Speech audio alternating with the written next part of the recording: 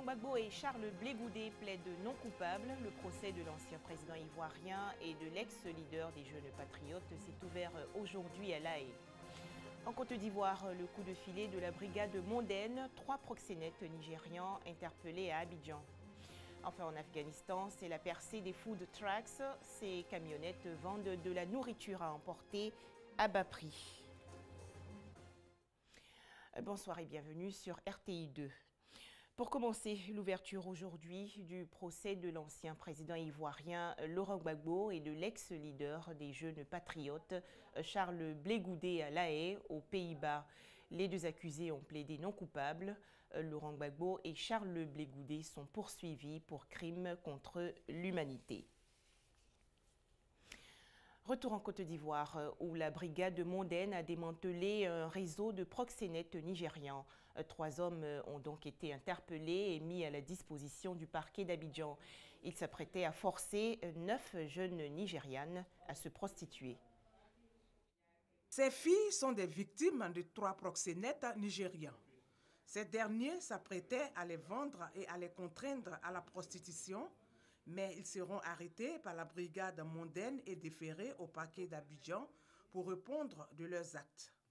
Les proxénètes nigérians, au nombre de 3, ont été interpellés alors qu'ils étaient à bord de véhicules avec leurs victimes venues du Nigeria. L'ambassadeur du Nigeria en Côte d'Ivoire nous a écrit que nous mettions en place une collaboration en fait de traquer les proxénètes et surtout récupérer les jeunes filles nigérianes qui séjournaient ici en Côte d'Ivoire, exploitées par ces derniers-là, dans le cadre même de ce crime qu'on appelle la prostitution. Et donc notre collaboration a été, je dirais, fructueuse, parce que depuis cette période jusqu'à aujourd'hui, c'est pratiquement une centaine de jeunes filles qu'on a pu sortir des griffes de ces proxénètes-là, les remettre à leur pays, ou soit les réinsérer dans le tissu économique de notre pays. Ces jeunes filles, qui doivent leur salut à la brigade mondaine, ont été remises aux autorités nigérianes en Côte d'Ivoire.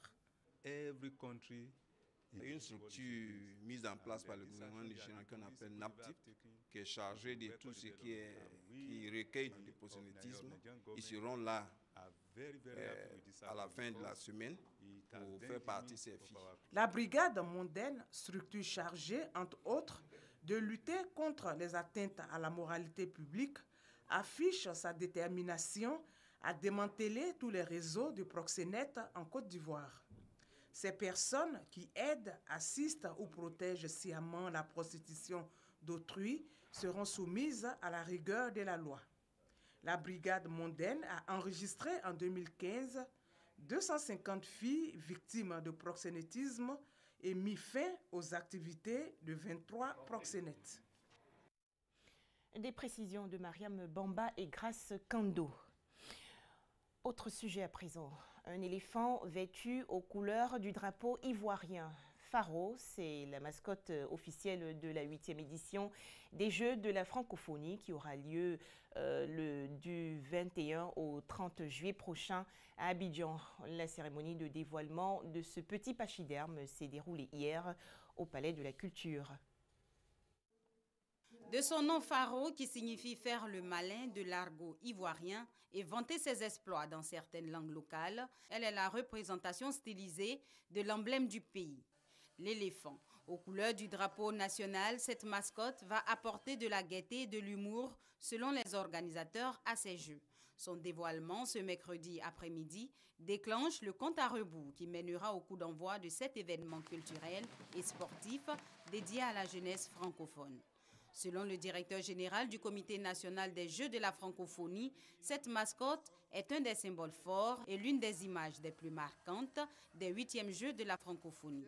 Membres du comité de pilotage et ministères, tous se serrent les coudes pour faire de cet événement qui aura lieu à Abidjan une réussite. La dite cérémonie marque le premier acte majeur de communication autour des 8e Jeux. Cette mascotte va créer un vaste capital de sympathie autour des 10 Jeux, parce que cette forme représentative sera déclinée sur l'ensemble des supports de communication et affichée dans tous les espaces de jeu.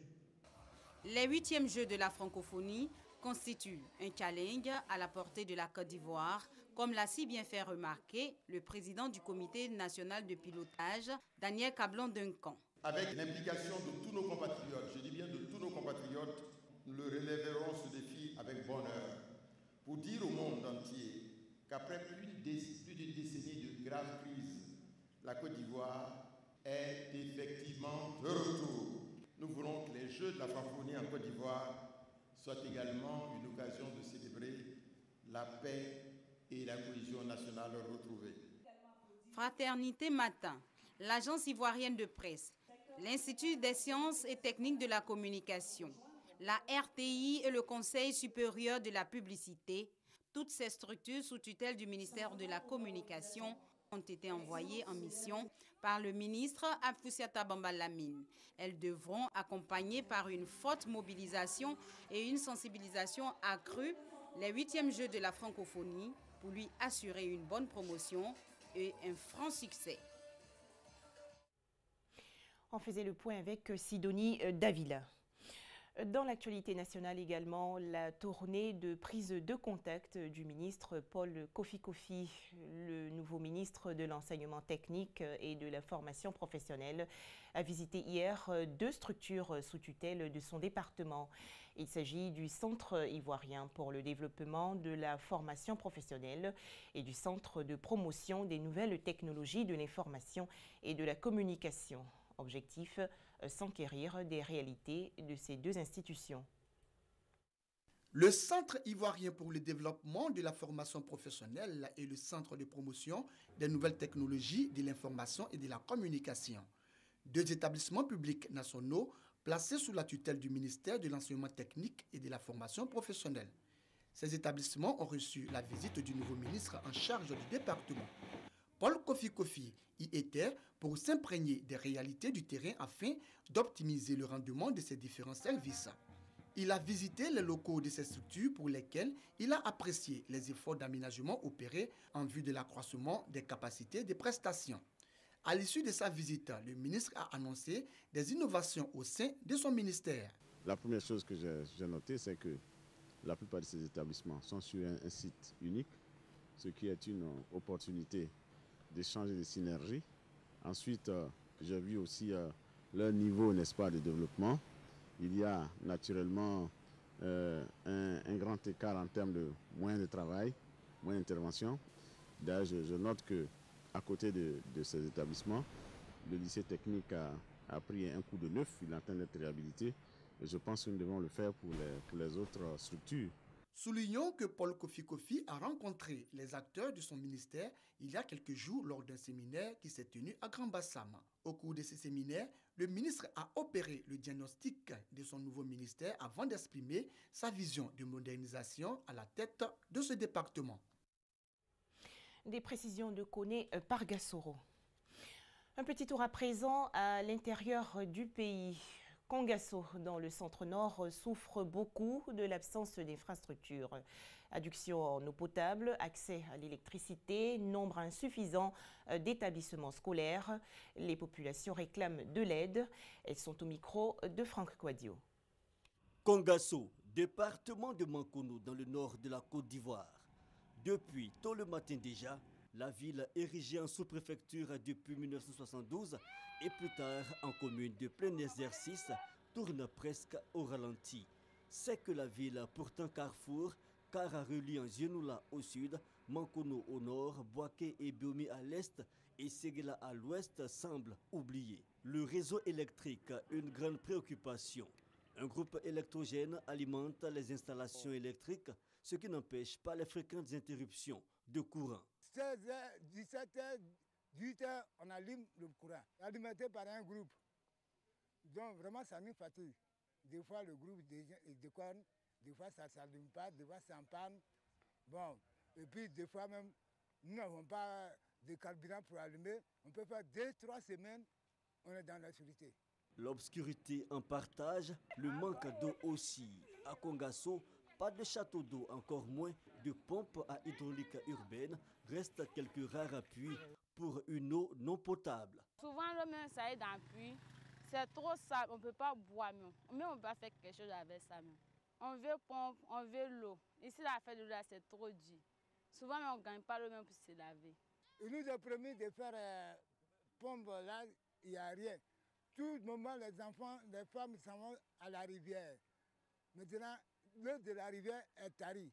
On ne sait pas comment il faut boire. Pas d'eau, pas certain de se rendre à l'école dans des conditions acceptables. Mais là aussi, l'insuffisance de salles de classe. On fait souvent avec ces apatames. Non, l'école, il n'y a rien de bon ici. Il y a ça là. On enseigne dans les apatames, façon comme ça. Bon, dans les autres villages aussi, c'est la même chose. L'école, seulement, ici, il n'y a rien de bon. Vous voyez, on nous dit de cotiser l'argent pour construire l'école nous-mêmes, nous les parents. Difficile donc pour les quelques 30 000 habitants de cette localité qui espèrent sortir de l'ornière, à commencer par la route, début de tout développement. Un double attentat suicide aujourd'hui à Kerawa, localité de l'extrême nord du Cameroun, frontalière du Nigeria. 4 civils ont été tués et plusieurs blessés. Ces attentats portent la marque des islamistes de Boko Haram. Nouveau drame de l'immigration aujourd'hui. 6 morts et 74 passagers vivants ont été découverts par la marine italienne. Ces migrants étaient à bord d'une embarcation. L'inquiétude grandit en Amérique face à la propagation du virus Zika. En effet, l'Organisation mondiale de la santé attend 3 à 4 millions de cas sur le seul continent américain. Une réunion d'urgence de l'institution onusienne est annoncée pour le 1er février prochain. Enfin, manger bon, sain et pas cher, c'est ce que proposent les food trucks en Afghanistan. Ces dispositifs de restauration mobile, les premiers du genre à Kaboul, la capitale, proposent en effet une large gamme de produits et repas à la nouvelle classe moyenne. Le jour se lève à Kaboul et Obaïdoula est déjà sur le pont. Le temps de charger la marchandise et c'est parti pour une longue journée. Il est l'un des 15 employés de l'Aziz, la toute première entreprise afghane de camions-cantines. Chaque jour, on a environ 30 à 60 clients. Ce sont surtout des chauffeurs de taxi qui s'arrêtent et nous demandent ce qu'on a. Navid Nouri a lancé cette entreprise il y a 1 an et demi et grâce à ses 6 camions, il fait environ 140 € de bénéfices chaque jour. C'est plus que ce que gagnent 70% des ménages afghans en un mois. Mais ça ne s'est pas fait du jour au lendemain. Pendant quelques semaines, les premiers mois, les gens ne savaient pas exactement ce que c'était. Certains croyaient que c'était des sortes de rickshaws dans lesquels vous pouvez vous asseoir pour aller d'un endroit à un autre. D'autres croyaient que c'était un vendeur de glace. Autre défi, l'hygiène alimentaire, dans un pays où 60 enfants sur 1000 meurent de diarrhée avant l'âge de 5 ans, selon une ONG.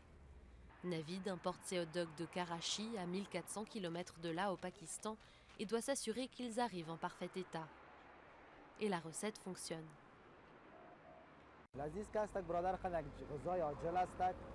Vu qu'on n'a pas toujours le temps de cuisiner chez soi, l'Aziz est une bonne solution.